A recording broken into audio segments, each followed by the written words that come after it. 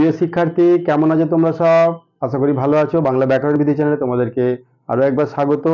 আর একটা বলে নিই, যারা আমাকে এই সপ্তাহের মধ্যে সাবস্ক্রাইব করেছে এই চ্যানেলটাতে, অসংখ্য ধন্যবাদ। এবং যারা সাবস্ক্রাইব করনি তাদেরকেও ধন্যবাদ। তোমরা দেখছো অবশ্যই ভিডিওগুলো, ভালো লাগলে অবশ্যই লাইক আর কমেন্ট করে দিও এবং সাবস্ক্রাইব অবশ্যই করে দিও। চলো, আজকে আমি একটা মোস্ট ইম্পর্টেন্ট টপিক নিয়ে এসেছি, মাধ্যমিক পরীক্ষার বাংলা ব্যাকরণের সাজেশন। দেখো, আজকে একটা সব থেকে ইম্পর্টেন্ট টপিক। এটা আমি অনেকদিন থেকেই ভাবছিলাম যে এটা নিয়ে আসি, কারণ অনেকের রিকোয়েস্টে এটা আমি তৈরি করেছি একটা সাজেশন। এই সাজেশনটা তোমরা যদি ফলো করো তাহলে কিন্তু 90%-এরও বেশি তোমরা কিন্তু এখান থেকে উপকৃত হবে বাংলা ব্যাকরণের ক্ষেত্রে।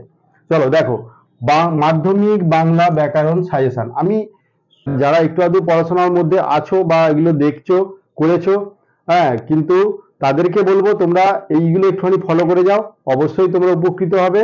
আর যারা ভালোভাবে করছো তারাও অবশ্যই এগুলো খুবই উপকৃত হবে। চলো দেখো, প্রথমে দেখো কোন কোন উপর, কোন কোন বিষয়ের উপর বেশিরভাগ কোশ্চেন গুলো আসবে, আমি সেই শুধু মাত্র সাজেশন গুলো প্রোভাইড করছি। দেখো, অকারক পদ, এখানে তোমাদের তো 1 নম্বরের কোশ্চেন থাকে এমসিকিউ টাইপের। তাহলে এই যে অকারক পদ, এইটা সম্পর্কে তোমাদেরকে অন্যভাবে ঘুরিয়ে প্রশ্ন দিতে পারে যে অকারক পদ কাকে বলে বা সম্বন্ধ পদ কাকে বলে। ঠিক আছে, এইবার এই যে অকারক পদ মানেই তো সম্বন্ধ পদ, তাই তো? এই দুটো তোমরা কিন্তু জেনে রাখবে, অকারক পদ মানে হচ্ছে সম্বন্ধ পদ। এইবার সম্বন্ধ পদ কোনগুলো সেগুলো আমার ডেসক্রিপশনে খুব ভালো করে ডিটেলসে ব্যাখ্যা করা আছে, তোমরা কিন্তু গিয়ে দেখে নিতে পারবে সম্বন্ধ পদটা। চলো এবার দেখো, কারকটাও তোমরা কিন্তু বিশেষভাবে নজর দেবে, কারণ এখানে আমি সব কারক তোমরা তো অবশ্যই একটুখানি চোখ বোলাবে। বিশেষ করে যে কারকগুলোর কথা বলবো, যেমন কর্তৃকারকের বিভিন্ন কর্তা, মানে কর্তার যে শ্রেণী বিভাগটা আমি এর আগে দেখিয়েছি, আমার ডেসক্রিপশনে ভিডিও আছে, তোমরা অবশ্যই দেখে নিতে পারো। কর্তৃকারকের শ্রেণী বিভাগটা এবং কর্মকারকের কর্মের শ্রেণী বিভাগটা, আর অধিকরণ আর অপাদান কারক, এই দুটো অনেক সময় গুলিয়ে যায় অনেকের ক্ষেত্রেই। তো এই দুটো অবশ্যই তোমরা করবে, বিশেষ করে এই 4টে কারক, কর্তৃকারক, কর্মকারক আর অধিকরণ আর অপাদান কারক, এইগুলো অবশ্যই করবে। আমি তো বলবো তোমাদের মধ্যে যদি সম্ভব হয় সবগুলোই করো, কিন্তু এই 4টে কিন্তু বিশেষ করে করবে।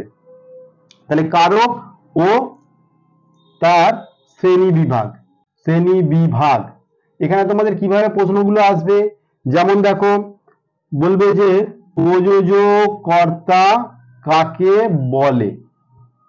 এই যে প্রযোজক কর্তা কাকে বলে, বা প্রযোজক কর্তার একটা উদাহরণ দাও, বা এরকম হবে যে অনুক্ত কর্তার একটি উদাহরণ দাও, বা অনুক্ত কর্তা কাকে বলে। এই কর্তাগুলো, বিভিন্ন যে কর্তা শ্রেণী বিভাগ আছে, এই কর্তাগুলো অবশ্যই করবে এবং কর্মের শ্রেণী বিভাগগুলো অবশ্যই করবে। আর একটা যেটা মোস্ট ইম্পর্টেন্ট, সেটা হচ্ছে বিভক্তি। এই বিভক্তি কিন্তু তোমরা তো জানো, বিভক্তি তো কম বেশি সবাই জানো, এর এই সবগুলো। তো এখানে যে বিভক্তিটার কথা বলা হচ্ছে, তির্যক বিভক্তি। কি বিভক্তি? তির্যক বিভক্তি। এই তির্যক বিভক্তিটা কি, এইটাও আমার কিন্তু খুব ভালো একটা ভিডিও দেওয়া আছে, সেটা ডেসক্রিপশনেই পেয়ে যাবে, তোমরা ওখান থেকেও করে নিতে পারো। আর তোমরা যদি কমেন্টসে জানাও তাহলে আমি কিন্তু আবার এই টপিকগুলো নিয়ে আলোচনা করতে পারি। তো তির্যক বিভক্তিটা অবশ্যই, এগুলো সবই ইম্পর্টেন্ট, এবং এর সাথে তির্যক বিভক্তিটা অবশ্যই তোমরা করে রাখবে। বুঝতে পেরেছো? তির্যক বিভক্তি কাকে বলে এবং তির্যক বিভক্তি কেন বলে, এইগুলো, এবং তির্যক বিভক্তির উদাহরণ, এই এই 3টে রিলেটেড এইরকম কোশ্চেন 3টের মধ্যে থাকবে। অনুসর্গ, বিভক্তি, অনুসর্গ, এখানে একটা অনুসর্গের আরেকটা নাম কি? অনুসর্গের আরেকটা নাম হচ্ছে পরসর্গ, বা এখানে তাহলে তোমরা যে বা পরসর্গ, এই যে অনুসর্গ বা পরসর্গ, এইটা তোমাদের মাথায় কিন্তু রাখতেই হবে। অনুসর্গের অপর নাম ড্যাশ, বা পরসর্গকে ড্যাশ বলা হয়। এবং এই অনুসর্গের একটা উদাহরণ বা দুই একটা উদাহরণ, বা অনুসর্গ কাকে বলে। এইবার দেখো এখানে কিরকম ভাবে প্রশ্ন আসতে পারে। আমাদের প্রত্যেক বছরই দেখেছি যে কিছু পার্থক্য আসছে। পার্থক্য যেমন দেখো, চলিত আর সাধুর মধ্যে পার্থক্য, তারপরে দেখো বিভক্তি আর এই অনুসর্গ, বিভক্তি আর অনুসর্গের মধ্যে পার্থক্য এইটা তোমরা অবশ্যই কিন্তু করে রাখবে, একটা হোক দুটো হোক তোমরা কিন্তু করে রাখবে। যদি না জেনে থাকো আমাকে তোমরা কমেন্টসে জানালে পারে, আমি কিন্তু এগুলো করে দিতে পারবো খুব শর্ট ভিডিওর মধ্যে। ঠিক আছে, আমি ধীরে ধীরে করাবো, অবশ্যই আমি সেগুলো বুঝে আমি অবশ্যই আমি করাবো, কিন্তু তোমাদের যেটা জানা নেই সেইগুলো তোমাদের যদি খুব তাড়াতাড়ি পেতে চাও তাহলে কিন্তু আমাকে কমেন্টে অবশ্যই জানাবে। এবার দেখো বাক্য, বাক্যটাকে তোমরা কিন্তু খুব ভালোভাবে করবে, সবই ভালোভাবে করবে, কিন্তু বাক্যটার উপরেও কিন্তু তোমরা চোখ বুলাবে, অবশ্যই চোখ বুলাবে।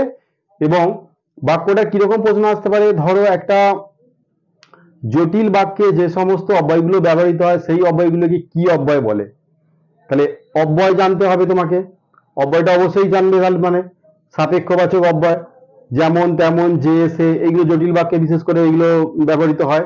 তো এই অব্যয়টা তোমরা জেনে নিবে। আর বাক্য হচ্ছে নির্দেশক বাক্য, নির্দেশক বাক্য কাকে বলে, আর উদ্দেশ্য উলঙ্ঘিত বাক্য কাকে বলে, উলঙ্ঘিত বাক্য বা যোগ্যতাহীন বাক্য কাকে বলে, বা তার একটা উদাহরণ দাও। এই যে বাক্যের যে আছে, আর যৌগিক, সরল, যৌগিক, জটিল, এই তিনটে বাক্য করবে। এবং হ্যাঁ বাচক আর না বাচক, এই যে পরিবর্তনটা করা হয়, অর্থকে একই রেখে হ্যাঁ বাচক বাক্যে পরিবর্তন করা, না বাচক বাক্যে পরিবর্তন করা, এই বাক্যের যে সমস্ত রিলেটেড কোশ্চেনগুলো আছে তোমরা অবশ্যই কিন্তু করে নিও, তোমাদের খুবই উপকারে আসবে। বাক্য গেল। বাচ্য, বাচ্য, বাচ্য পরিবর্তন, বাচ্যটা তোমরা করবেই করবে, ভাববাচ্য, কর্তৃবাচ্য, কর্মবাচ্য, এই যে বাচ্য তার উদাহরণ সহ বাচ্যটা অবশ্যই করবে। বাচ্চ থেকে কিরকম প্রশ্ন আসতে পারে, যেমন দেখো এরকম কিরকম প্রশ্ন আসে, যেমন কর্মবাচ্যের কর্তাকে কি বলা হয়, অনুক্ত কর্তা। তো এইরকম কর্তাগুলো যে ওখান থেকে জেনে নেবে, এবং এইটা বাচ্চটা করবে অবশ্যই, কারণ বাচ্চের মধ্যে থেকে কিন্তু কোশ্চেন আসবে। এই সমাস, সমাসের প্রতি অনেকেরই ভয় ভীতি থাকে, বিরাট বড় একটা চ্যাপ্টার, অনেক রকম ভ্যারাইটিস আছে, অনেক রকম কাজ আছে, তোমরা হয়তো অনেক সময় মনে রাখতে পারছো না, এটা একটা ভ্রান্ত ধারণা হয়েই গেছে যে সমাস শিখতে গেলে 6 মাস লাগে, কিন্তু সেরকম কিছু ব্যাপার নয়। এইটা এই টাইটেল দিয়েই আমার কিন্তু অনেক ভিডিও আছে, তোমরা সেখানেও দেখে নিতে পারো। হ্যাঁ, বিশেষ করে এই সমাসের মধ্যে যেগুলো ইম্পর্টেন্ট, যেমন ধরো এই তৎপুরুষ সমাস, তৎপুরুষ সমাস কিভাবে বলবে দেখো, কোশ্চেনটা এরকমও আসতে পারে যে তৎপুরুষ সমাসের পূর্বপদ প্রধান না পরপদ প্রধান, তাহলে এইটা তোমাকে অপশনও দিয়ে দিতে পারে, সেইভাবে করতে হবে। কর্মধারয় সমাস, কর্মধারয় সমাস, অব্যয়ীভাব সমাস, অব্যয়ীভাব সমাস, আর অব্যয়ীভাব সমাস, কর্মধারয়, তৎপুরুষ, আর বহুব্রীহি, বহুব্রীহি, দ্বন্দ্ব, বহুব্রীহি আর দ্বন্দ্ব সমাস। এই যে কটা ভাগ আছে, এই 5টা ভাগ তোমরা কিন্তু অবশ্যই করবে, খুবই সোজা। আমার ভিডিও আছে, ডেসক্রিপশন আমি দিয়ে দেবো, দেওয়া আছে, তোমরা অবশ্যই দেখে নিও। এই হলো তোমাদের মাধ্যমিক বাংলা ব্যাকরণের সাজেশন।